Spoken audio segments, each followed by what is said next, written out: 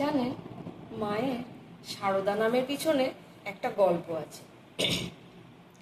একবার স্বামী গৌরীশ্বরানন্দ আমাদের শ্রীমাকে জিজ্ঞেস করছে, শ্রীমা অর্থাৎ সারদা মাকে, যে মা, আপনার নামটি কি আপনার মা পছন্দ করে রেখেছিলেন?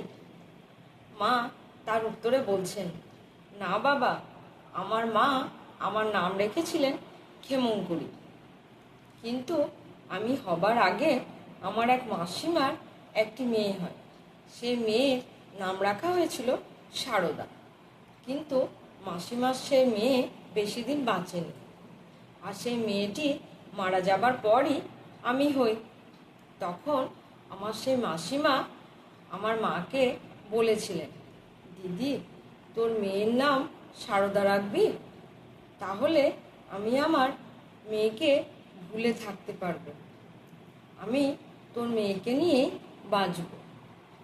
তারপর আমার মা আমার নাম সারদা রাখলেন।